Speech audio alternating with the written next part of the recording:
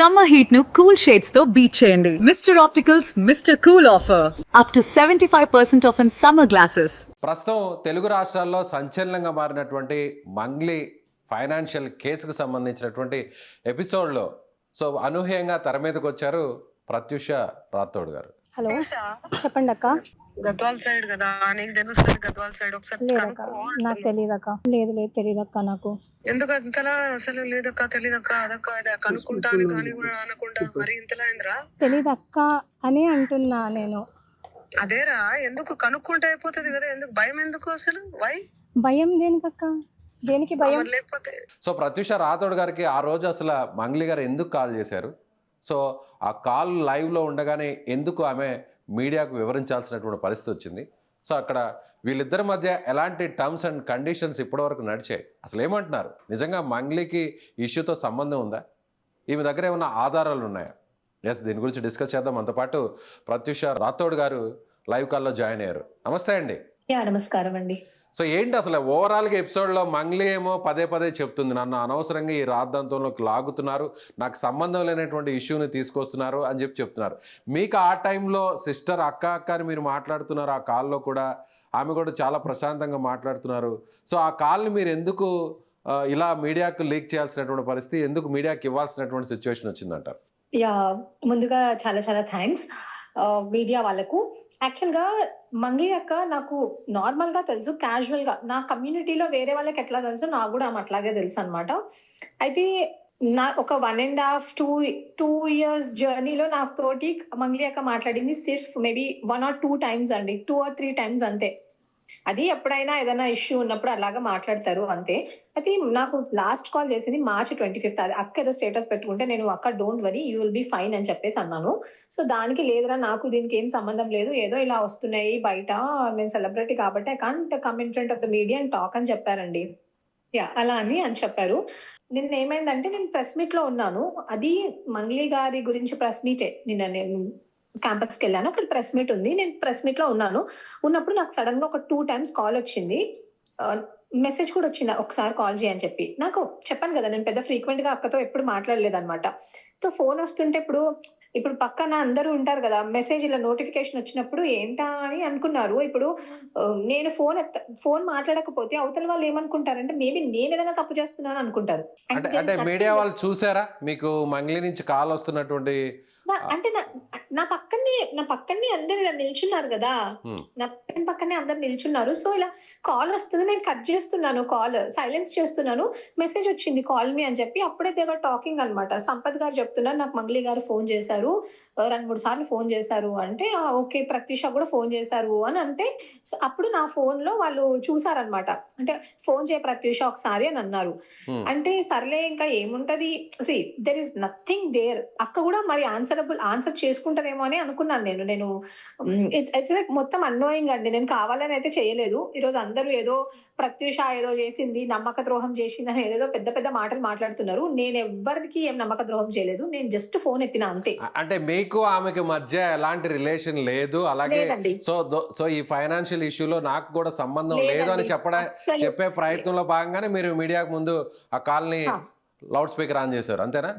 నేను loud speaker బేసికల్ గా కాల్ వచ్చింది, నేను కాల్ ఎత్తాలని అనుకోలేదండి. నేను అసలు కాల్ ఎత్తాలని అనుకోలేదు. కాకపోతే it was ringing, call me అని పెట్టారు. అందరు అక్కడ నిల్చున్న వాళ్ళందరూ కూడా మాట్లాడుతున్నారు అనమాట. లైక్ మాకు కాల్ చేసింది అని చెప్పి మాట్లాడుతుంటే నాకు కూడా కాల్ వచ్చింది కదా. వచ్చింది కాబట్టి సంపత్ గారు ప్రత్యూష కూడా కాల్ వచ్చిందని చూపించారు. మరి ఆయన చూసారో ఏంటో, నాకు సంపత్ గారు చెప్పారు కాల్ వచ్చిందని చెప్పి. ఒకసారి చేయండి అని మీడియా వాళ్ళు అందరూ అడిగారు అక్కడ ఉన్న వాళ్ళు. ఇప్పుడు మీడియా వాళ్ళు అడిగినప్పుడు నేను చేయకపోతే వాళ్ళు ఏమనుకుంటారండి, ఏదో ఉంది నిజంగానే అని అనుకుంటారు కదా. నేను ఫోన్ చేశాను. ఫోన్ చేస్తే నాతో ఏమీ మాట్లాడలేదు అక్క. నేను బేసికల్ గానే అక్క అనే పిలుస్తాను ఫస్ట్ నుంచి కూడా తన్ని. అక్క ఏమన్నారంటే నీకు ఎవరైనా ఇలా తిరుమలేష్ రెడ్డి అంటే నీకు తెలుసా అని అడిగారు. అండ్ ఇంకోటి ఏంటంటే నేను ఇంటూ స్టూడెంట్ యాక్టివిజం, అంటే లైక్ నిరుద్యోగుల సమస్యల గురించి నేను మాట్లాడుతూ ఉంటాను. తెలంగాణ గవర్నమెంట్ నిరుద్యోగులకి ఉద్యోగాలు ఇవ్వాలి అని చెప్పే విషయంలో నేను మాట్లాడుతూ ఉంటాను. ఇన్ దాట్ పర్స్పెక్టివ్ ఆమె నన్ను అడిగినట్టున్నారు, నీకు తెలుసా అని అడిగారు. అడిగితే నాకు తెలియదక్క, నేను తెలియదక్క అని చెప్తున్నాను. ఏంట్రా తెలియదు అనుకుంటున్నావు అంటే, భయం అవుతుందా నీకు, ఏంటి తెలియదు అంటున్నావు అని అన్నారు. లేదక్క నాకు తెలియదు, భయం ఎందుకు అక్క, దేని గురించి భయం అని అన్నాను. తర్వాత లేదక్క నేను 25th మార్చ్ రోజు మాట్లాడిన మంగ్లీ అక్క వేరు, ఈ రోజు మాట్లాడిన మంగ్లీ అక్క వేరు అంటే, అక్క అప్పుడు అన్నారు అంటే నేను విన్నది వేరు అంటే, అసలు ఏం విన్నావు నువ్వు అని అన్నారు. అప్పటి వరకు అక్క నాతో బాగానే మాట్లాడు, అసలు నువ్వు ఏం విన్నావు అని ఏం విన్నావు నువ్వు అనేసరికి పక్కన ఉన్న సంపత్ గారు, సరే ఎట్లాగో ఆమె ఫోన్ చేశారు కాబట్టి మీడియా మేము అంటే there is no bad intention behind this, media ముందు అక్కనే చెప్పాల్సిందేమో, నాకు దీనికి ఎటువంటి సంబంధం లేదు అన్న. ఇప్పుడు సంపత్ గారికి మీరు కాల్ చేస్తారు, సంపత్ గారికి కాల్ చేసి మీరు నాకు దీనికి సంబంధం అంటే లేదు మీరు ఇంటెన్షన్ తోనే అక్కడ మీడియాతో మాట్లాడడానికి వచ్చారు, మీతో ఆమెకు ఉన్నటువంటి ఆ ఇంటిమెన్సీతోనే మీకు కాల్ చేశారు. సో మీకున్న రిలేషన్లోనే ఆ కన్వర్సేషన్ అనేది కంటిన్యూ చేయాలి. అలాంటిది మీరు సో తన్ని బ్లేమ్ చేసేటువంటి ప్రయత్నంలో భాగంగా, తన్ని మరింత ఇరికిచ్చేటువంటి ప్రయత్నంలో భాగంగానే సో అందరి ముందు కూడా ఆ వాయిస్ని, ఆ ఆడియో కాల్ని రివీల్ చేశారు అనేది అటువైపు నుంచి వస్తున్నటువంటి వాదన. ఒకటండి, ఎవరు ఏమనుకున్నా కూడా నిజం అనేది నిజమే. నేను ఇంటెన్షనల్లీ చేయాలనుకుంటే నేను ఎప్పుడో బయటకు వచ్చి, మంగ్లీ గారు నాకు 25th మార్చ్ రోజే ఫోన్ చేశారు, ఫోన్ చేసి నన్ను ఇలా ఒక ప్రెస్ మీట్ పెట్టమన్నారు అని చెప్పేదాన్ని. నేను ఇంటెన్షనల్లీ చేయాలనుకునే వాళ్ళు వేరేలాగా ఉంటారండి. ఇంటెన్షనల్లీ నేను చెయ్యలేదు. ఆ కాల్ వచ్చింది, నేను కాల్ ఎత్తాను. కాల్ ఎత్తాక ఆమె తిరుమలేష్ ఎవరో నీకు తెలుసా అని అడిగారు, అంతే. నేను అది కూడా ప్రాపర్ గా వినలేదు. అండ్ మోర్ ఓవర్ అప్పుడే సంపత్ గారు ఫోన్ తీసుకొని, మంగ్లీ నేను సంపత్ భియా అంటే నేను సంపత్ అన్ననమ్మా అని అన్నారు. అంటే టక్కున ఫోన్ పెట్టేసింది. మళ్ళీ తర్వాత అయినా ఫోన్ చేసి మాట్లాడొచ్చు కదా. ఇప్పుడు మేము అడిగితే ఏం అడుగుతాం, మంగ్లీ నువ్వు ఇలా చేసావంట, అది నిజమా, ఇది అలా ఆరోపణలు వస్తున్నాయి, మరి నువ్వు ఏమైనా సమర్థించుకుంటావా అంటే మంచిదే కదా. లేదన్నా నేను చెయ్యలేదు, నాకు దీనికి సంబంధం లేదు అని నువ్వు ఒక్క మాట చెప్పేసింటే అయిపోయేది కదా. నువ్వు టక్కున ఫోన్ పెట్టేసావు. ఫోన్ పెట్టేసినప్పుడు ఏమనుకుంటారు ఎవరైనా కూడా. తర్వాత నేను అక్కడ ప్రెస్ మీట్ అయిపోయాక నేను రిటర్న్ అయిపోయాక ఇప్పుడు నేను పబ్లిక్ లో ఉన్నాను కాబట్టి అంటే మీరు ఆమెతో మాట్లాడుతున్న సందర్భంలో కాన్వర్సేషన్ అంతా కూడా క్లారిటీగా నడుస్తుంది. మధ్యలో ఒక నాయకుడి పేరు కూడా తీసుకొచ్చారు, ఎమ్మెల్యేని కూడా సంబోధించారు అనేది అదొక కాంట్రవర్సీ నడుస్తుంది. అయితే సంపత్ నాయక్ మీ దగ్గర ఉన్నటువంటి ఫోన్ ని ఆయనే బలవంతంగా లాక్కొని అలా మాట్లాడిన వెంటనే ఆమె కాల్ కట్ చేశారు. అంటే అప్పటి వరకు కూడా ఆమె మీతో ఒక మంచి కాన్వర్సేషన్ లో ఉన్నారు, మీరు ఏ విధంగా ఫోన్ లో మాట్లాడుకుంటున్నారు, యాస్టీజ్ గా మాట్లాడుకుంటున్నారు. కానీ మీరు ఈ విధంగా ఇలా ఓపెన్ గా పక్కన సంపత్ నాయకుని పెట్టుకొని అక్కడ ఒక ట్రాప్ చేసేటువంటి ప్రయత్నంలో భాగంగా చేశారు అని ఎక్స్పెక్ట్ చేసి తను కాల్ కట్ చేశారు అనుకోవచ్చు కదా. తను ఎలా అనుకున్నా కూడా ఫ్యాక్ట్ ఈస్ ఫ్యాక్ట్ అండి. ఒకటి, నేను మేము అక్కడ వాంటెడ్లీ కూడా చెయ్యలేదు. అండ్ అక్కడ ఇంకొక రీజన్ ఏంటంటే, అక్క అట్లీస్ట్ నేనేం చెయ్యలేదు అని చెప్పుకుని ఉంటే బాగుండేదేమో. మీడియా ముఖంగా లైవ్ లో నాకు దీనికి సంబంధం లేదని ఒక మాట చెప్పుంటే అయిపోయేది. అండ్ ఇంకొకటి, 25th రోజు నుంచి నిన్న పొద్దున ప్రెస్ మీట్ వరకు morning 8 press meet is almost like 1 o'clock అలా ప్రెస్ మీట్ ఉందండి. 1:30 అయింది అనుకుంటా, 1:15, 1:20 ప్రెస్ మీట్ ఉండే. ఆ టైం వరకు అక్క ఫోన్ చేయకుండా నేను ప్రెస్ మీట్ లో ఉన్నప్పుడే ఫోన్ చేశారు.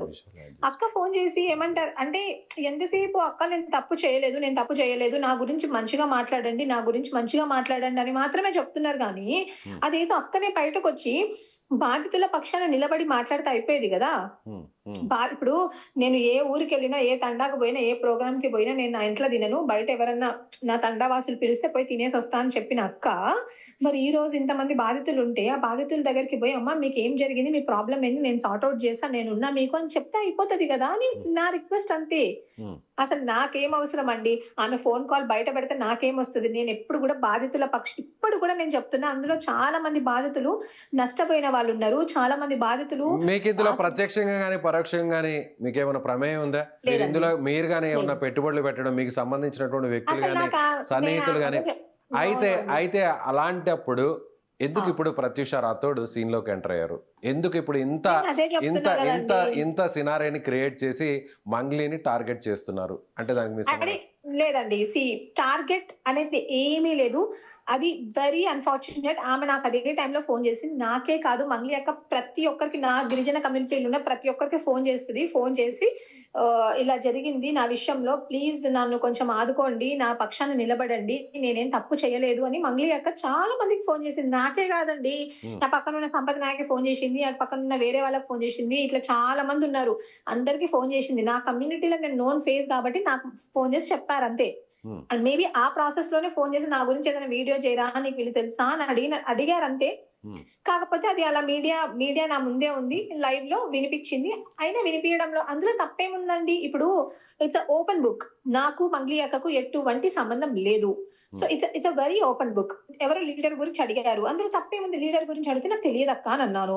కానీ దాని ముందే మంగ్లీ అక్క ఏమన్నారు అంటే, నాకు ఏ లీడర్స్ తెలియదు, ఏ లీడర్స్ గురించి నాకు సంబంధం లేదు అని అక్కే చెప్పుకుంటూ వచ్చారు. మళ్ళీ ఈ రోజు నన్ను ఒక లీడర్ గురించి అడుగుతున్నారు. తర్వాత ఈ మొత్తం ప్రెస్ మీట్ అయ్యాక ఆయన ఎవరో తిరుమలేష్ రెడ్డి గారంట, నాకు ఆయన ఫోన్ చేశారు. ఎక్కడి నుంచి నా నెంబర్ తీసుకున్నారో నాకు తెలియదు. నాకు ఫోన్ చేసి నేను బాధితుల పక్షాన ఉన్నాను, నాకు మంగ్లీ అంటే ఎవరో తెలుసు, నేను మంగ్లీతో ఆల్రెడీ మాట్లాడాను, అది ఇది అని ఇదంతా చెప్పారనమాట. నేను అన్నాను, నాకు ఫోన్ చేయకండి, నాకు దీంతో సంబంధం లేదు. నేను కేవలము ఏదైతే జరిగిందో నాకు తెలిసిన ఫ్యాక్ట్స్ బయట మాట్లాడదామని వచ్చాను. నా గిరిజన సమాజం మొత్తము డైవర్ట్ అయిపోతుంది, నేను దాని గురించి మాట్లాడడానికి వచ్చాను అని మాత్రమే చెప్పానండి.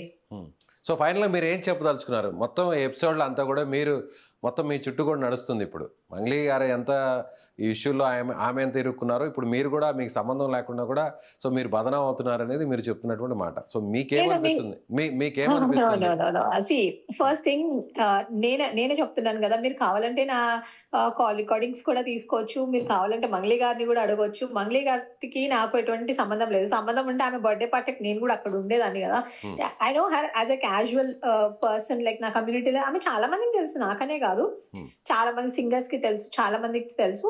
ఆమె like it's all about like miss fortune అని అనుకుంటా నేను. ఆమె అక్కడికి పోయినప్పుడే ఆమె ఫోన్ చేసింది, పక్కన ఉన్న వాళ్ళు చూసిరు, ఫోన్ వాళ్ళు చూసారు కాబట్టి నాకు తప్పలేదు. సో నేను ఫోన్ ఎత్తాను, ఫోన్ ఎత్తినమ్మని ఆమె ఎవరి గురించి అడిగారు. ఓకే, మీరు అదే ఆ ఎపిసోడ్ అయిపోయింది. ఓకే, మీకేమనిపిస్తుంది? నిజంగా ఇందులో మంగ్లీకి సంబంధం ఉంది అనిపిస్తుందా? మంగ్లీ సోదరుడు ఇందులో డైరెక్ట్గా ఇన్వాల్వ్ అయ్యారనిపిస్తుందా? మంగ్లీ చెప్తున్నటువంటి మాటలను యాజ్ ఏ కమ్యూనిటీకి సంబంధించినటువంటి ఒక రిప్రజెంటేటివ్ గానో లేకపోతే తన సన్నిహితురాలు గానో వాట్ ఎవర్ మీరు ఏమనుకుంటున్నారు? మీకేమనిపిస్తుంది? మొత్తం అంతా అందరూ మీతో మాట్లాడి ఉంటారు, విక్టిమ్స్ కూడా మీతో మాట్లాడి ఉంటారు. మాట్లాడారు. అయితే ఒకటండి, ఇప్పుడు విక్టిమ్స్ చెప్తారు, కానీ విక్టిమ్స్ ఎక్కడ కూడా నాకు అంటే లైక్ మంగ్లీ గారికి మేము డైరెక్ట్ గా డబ్బులు ఇచ్చామని విక్టిమ్స్ ఎక్కడ చెప్పలేదు. కేవలం మేము మంగ్లీ గారి పేరు నమ్మి మేము ఇన్వెస్ట్ చేశాము అని అంటున్నారు. సో నేను ఒకటే చెప్తా అండి, there is a law and order and there is judiciary కానీ ఎంక్వైరీ కానీ ఇవన్నీ ఉంటాయి.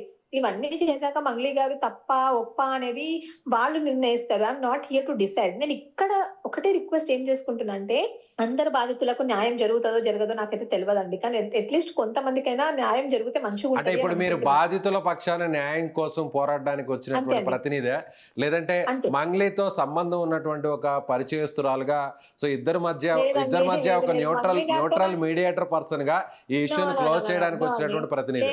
లేదు, ఐ డోంట్ అగ్రీ. మంగ్లీ గారికి నిజంగానే నేను సపోర్ట్ చేస్తుంటే, నేను డే 1 నుంచి సపోర్ట్ చేసేదాన్ని మంగ్లీ గారికి.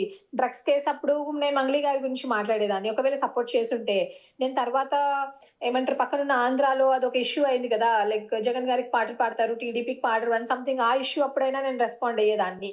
లేకపోతే మొన్న ఆమె మీద అలిగేషన్స్ వచ్చినప్పుడైనా రెస్పాండ్ అయ్యేదాన్ని. కానీ నేను రెస్పాండ్ అవ్వలేదు. ఎందుకు రెస్పాండ్ అవ్వలేదంటే, ఈ రోజు నా ముందు ఫ్యాక్ట్స్ కనిపిస్తున్నాయి. ఏం ఫ్యాక్ట్స్? ఈ చాలా మంది అమాయకమైన గిరిజన బిడ్డలు రూపాయి కష్టపడి పోగు చేసుకొని వీళ్ళు సంపాదించుకునే వాళ్ళ దగ్గర వీరు అన్యాయంగా డబ్బులు దోచుకున్నారు. ఎవరు? ఈ రమావతి మధు అని చెప్పే వాళ్ళు, ఇలాంటి వాళ్ళు దోచుకున్నారు. సో వెళ్ళి రమావతి మధు మీద నువ్వు ఎందుకు కంప్లైంట్ ఇవ్వలేదు అనేది నా మెయిన్ క్వశ్చన్. నువ్వు కంప్లైంట్ ఇవ్వాల్సింది కదా. నువ్వు ఇచ్చి ఇప్పుడు బాధితులు ఎవరండి? వాళ్ళు మన గిరిజన బిడ్డలు. వాళ్ళు ఏమైనా పోతే నరికేస్తారా, చంపేస్తారా మనల్ని? చెప్పండి. వాళ్ళ దగ్గర కూర్చొని నువ్వు ఎందుకు మాట్లాడలేకపోతున్నావు? ఎంతసేపు సెలబ్రిటీ అని అనుకుంటున్నారు. కానీ మీరు సెలబ్రిటీ అంటే ఏంటండి? వాళ్ళకి సెలబ్రిటీ వాళ్ళ కుటుంబాలు, సెలబ్రిటీలు మనుషులు కాదా? సెలబ్రిటీలు కూడా మనుషులే కదా. ఒక సెలబ్రిటీ అయితే ఏముంది, వచ్చి బయటకు వచ్చి బాధితుల దగ్గర వాళ్ళని పిలిచి వాళ్ళతో కూర్చొని వాళ్ళతో భోజనం చేసి, అసలు మీ ప్రాబ్లం ఏంది, వాడు ఎప్పుడు తీసుకున్నాడు, ఏం తీసుకున్నాడు, మీతో ఏమన్నా మీరు ఇచ్చినట్టు ఏమన్నా ప్రూఫ్లు ఉన్నాయా, అవన్నీ నాకు ఇవ్వండి, నేను పోలీస్ స్టేషన్ లో కంప్లైంట్ ఇస్తాను, నేను ఫాలో అప్ చేస్తా కేసు.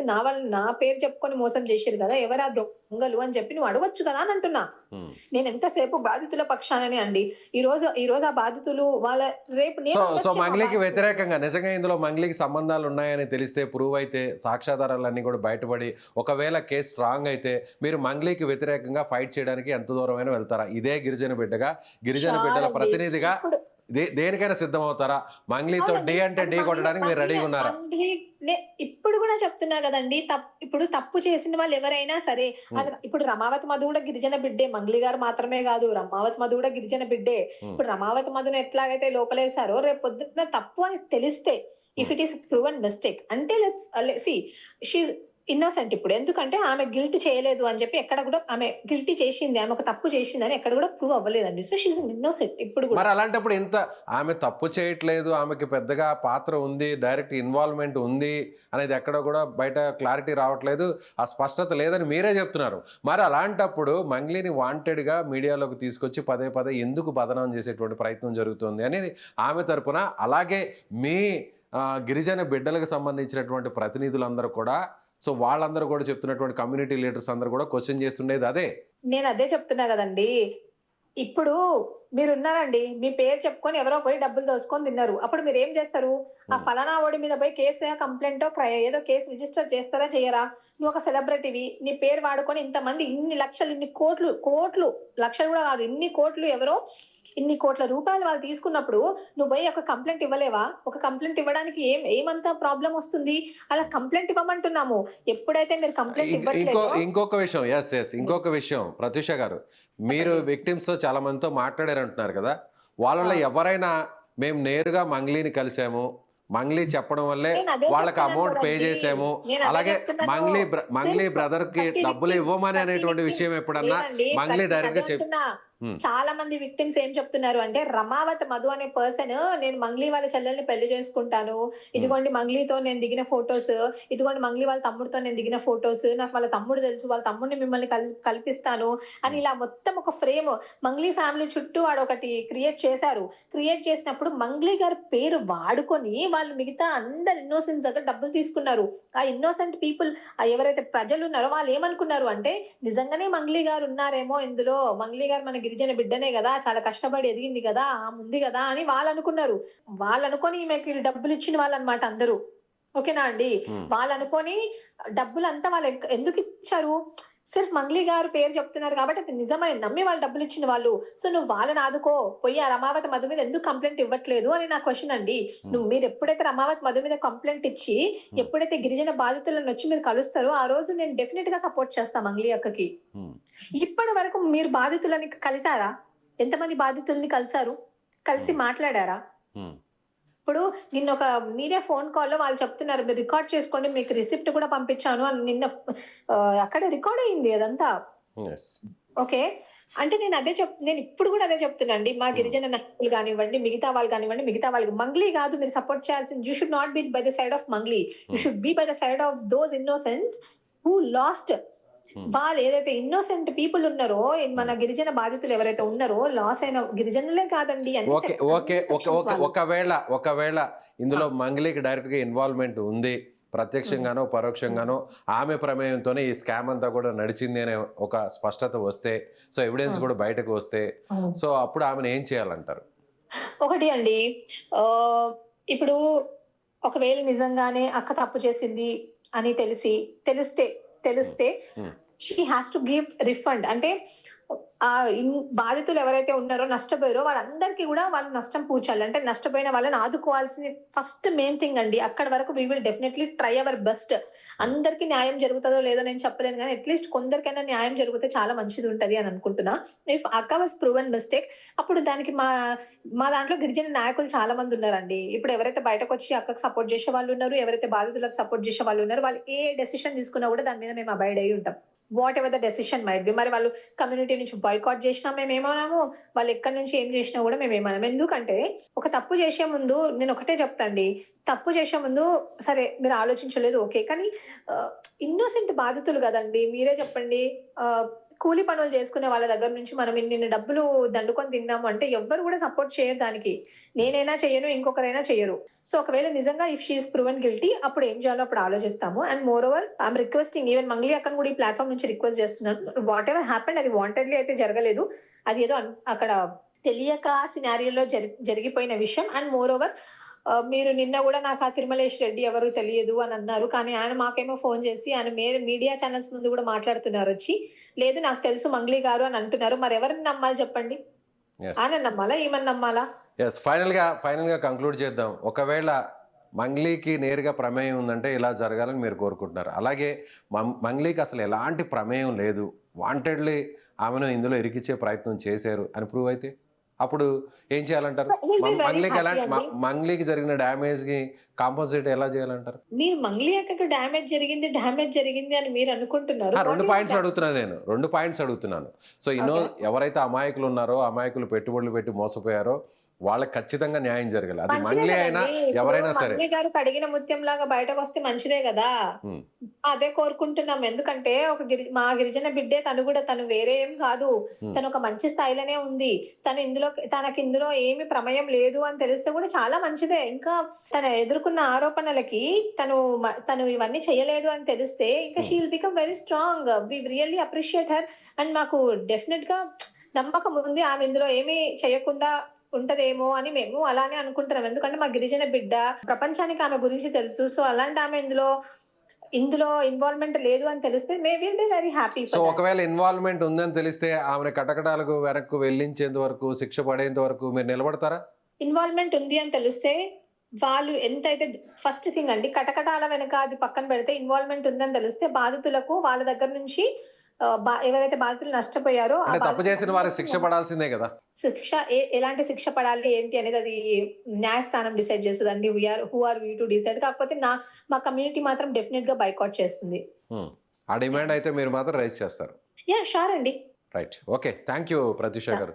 సో ఇది ప్రత్యూష రాథోడ్ గారు చెప్తున్నటువంటి మాటలు. ముఖ్యంగా అమాయక గిరిజన బిడ్డలకు మోసం జరగకుండా ఉండాలి. అలాగే వాళ్ళు పెట్టినటువంటి ఆ ఇన్వెస్ట్మెంట్ అంతా కూడా తిరిగి నష్టపరిహారం రూపంలో తిరిగి చెల్లిస్తే అసలు ఈ ఇష్యూ ఇంత దూరం రాదు. అయితే ఏదైనా కూడా పోలీసులు, చట్టాలు, కోర్టులు ఉన్నాయి కాబట్టి తప్పు ఎవరు చేసినా కూడా ఖచ్చితంగా ఆ శిక్షను అనుభవించి తీరాలి. ముఖ్యంగా ఇందులో నేరుగా మంగ్లీకి ప్రమేయం ఉంది అనేటువంటి ఆధారాలు బయటకు రాకపోయినప్పటికీ కూడా ఎవరి మీద అయితే ఆరోపణలు వస్తున్నటువంటి వారి మీద ఎందుకు మంగ్లీ కంప్లైంట్ చేయట్లేదు, పోలీసులకి ఎందుకు ఫిర్యాదు చేయడం లేదు అనే దాని మీద ఇప్పుడు జరుగుతున్నటువంటి రాద్ధాంతం. దీనికి ఫుల్ స్టాప్ పెట్టాలంటే ఇప్పటికైనా కూడా ఆమె ముందుకొచ్చి బాధితులతో మాట్లాడాలి.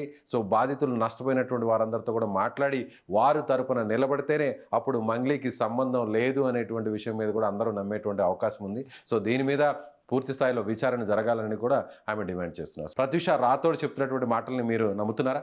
సో ప్రత్యూష రాథోడ్ డిమాండ్ చేస్తున్నట్టుగా ఇందులో సంబంధం ఉన్నటువంటి వ్యక్తులు ఎవరైనా సరే ఖచ్చితంగా విచారణ పూర్తి స్థాయిలో జరగాలి. బాధితులకు అండగా చివరి వరకు నిలబడతామని చెప్పినటువంటి అభిప్రాయాన్ని మీరు ఏకీభవిస్తున్నారు.